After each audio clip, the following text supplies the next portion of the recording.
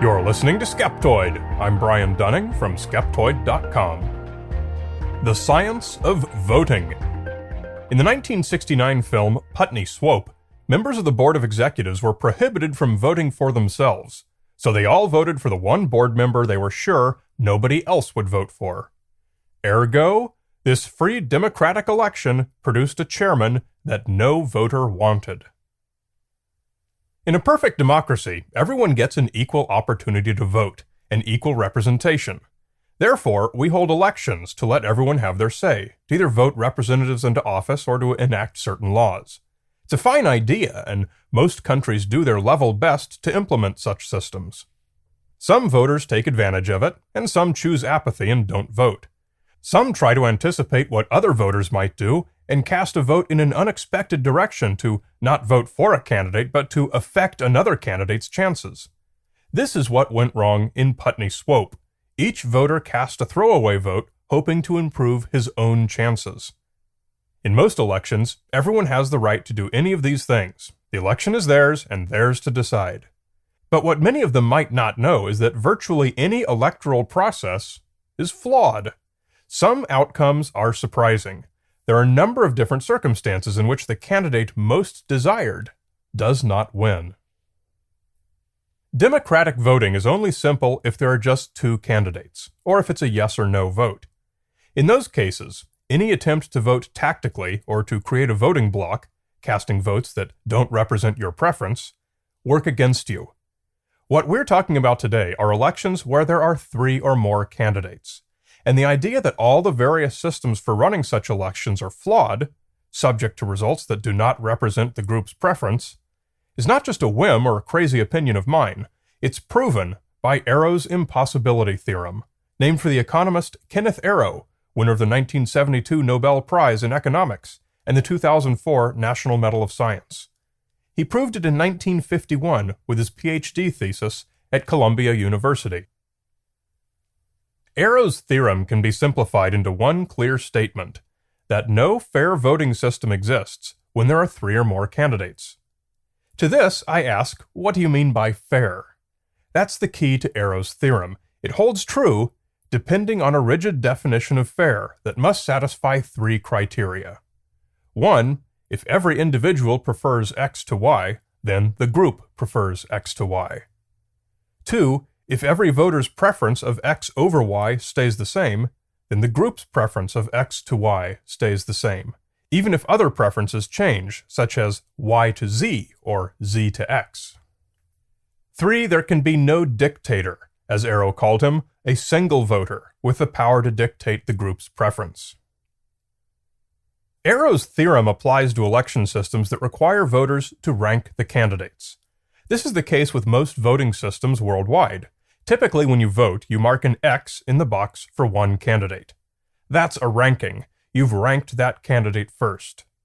Arrow's theorem applies to these simple ranking systems, but its richest mathematical complexities come from systems with three or more candidates, and the voters rank all candidates in order of preference. This isn't used in many real-world elections, but it's the theoretical basis for social choice theory. The ideal outcome in any election is to choose what's called the Condorcet winner.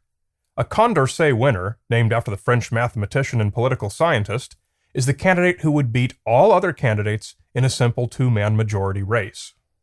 Now, there isn't always a Condorcet winner in every election, but there usually is. The most common voting system is plurality voting, where the candidate with the largest number of votes wins.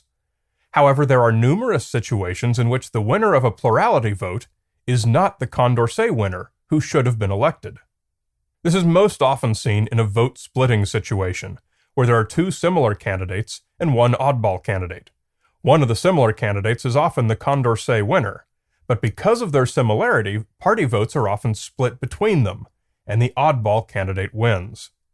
This is the most obvious failure of election systems, and it's exactly what Kenneth Arrow was talking about. Experiments conducted by Don Sari, professor of mathematics and economics at the University of California, Irvine, highlighted these failures of existing plurality systems. In one test, he had voters rank beer, wine, and milk in their order of preference. They all did so, But then there are different things you can do with those results. Sari made it a simple plurality election, giving a vote to each first-ranked item, and milk won. But he found that a majority of the voters would have preferred either beer or wine to it. The net result was that Sari proved that some system could be designed to select any desired outcome you want, given the same set of votes to work from. This inherent tendency for voting to fail is called the voting paradox, also described by Condorcet. Yet it's the system that virtually all nations rely upon for most or all of their elections. Something's broken somewhere. Perhaps the most interesting solution to the election problem is called lottery voting, or the random ballot. In this type of election, every voter would cast his vote, but the winner would be determined not by a count, but by a single ballot selected at random from the total. Although at first it sounds outrageous, it actually has serious benefits. First, it renders irrelevant all attempts at strategic voting. Each voter knows that if his ballot is selected, the candidate he wrote will be the winner. There is no upside at all to trying to split the vote, or to vote for your second choice, knowing he has a better chance of winning. Lottery voting is one of the only systems in which the voter's best strategy is always to vote for his most preferred candidate. In conventional election systems, oddball candidates that may only have 5% of the vote do not have any realistic chance of winning the election, particularly in an electoral college system like United States presidential elections, where they will always receive 0 electoral votes. But in lottery voting, these candidates would actually have a 5% chance of winning. Another interesting alternative is range voting. The best example of range voting is the scoring at athletic events where each judge holds up a scorecard.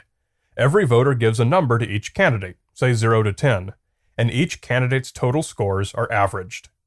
Range voting has a lot of benefits that are attractive to voters. You can give everyone a 0, or you can give everyone a 10. You can express your thoughts about one or more candidates without wasting your vote, and still be able to give a high score to your preferred candidate. If there's a candidate you're not familiar with, you don't have to give any number to them, and you will not affect their average.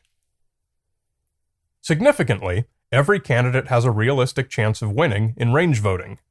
Voters don't need to vote for a potentially less favored candidate simply because he has a better chance to win than their favorite candidate. For this reason, range voting is often touted by supporters of minority political parties. In fact, range voting often confers upon minority candidates a benefit called the nursery effect. In experiments, it turns out that people will give either an honest or a median vote to candidates who are relatively unknown, while at the same time being more likely to give the lowest votes to an opposing party candidate that they don't like, but who may be far more experienced than the unknown candidate.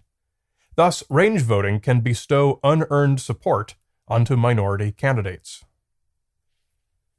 But some in the major political parties advocate for it as well.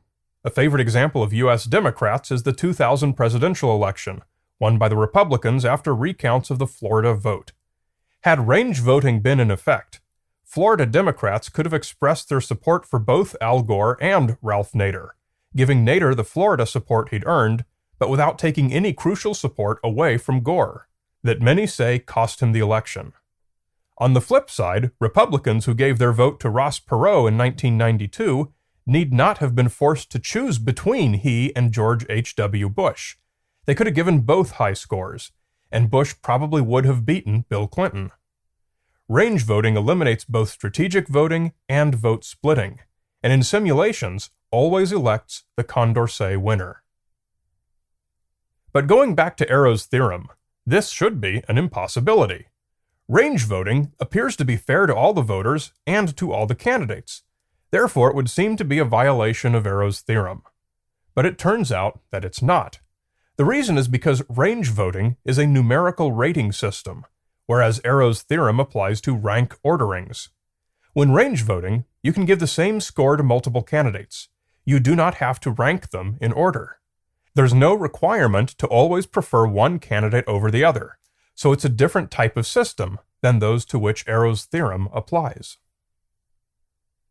A variant of range voting is called approval voting, where you vote either for or against each candidate, but you can vote for as many as you like, even all or none. It's basically range voting with only two choices, 0 or 1. Approval voting also avoids the pitfalls of Arrow's theorem because it does not require ranking. It's simpler than range voting, and in both real-world and simulation examples, it selects the Condorcet winner virtually every time that one exists, in contrast to plurality voting, which fails frequently. Repairing our election methodology is undoubtedly a process fraught with political pitfalls, but I'll leave those to the political bloggers to hash out. The science says to listen a little more closely to Kenneth Arrow and abandon rank-based voting systems. Change to any system that allows voters to express their preferences without requiring them to force rank one candidate as the best, and the winner most approved of by the group as a whole will be elected, far more often than not.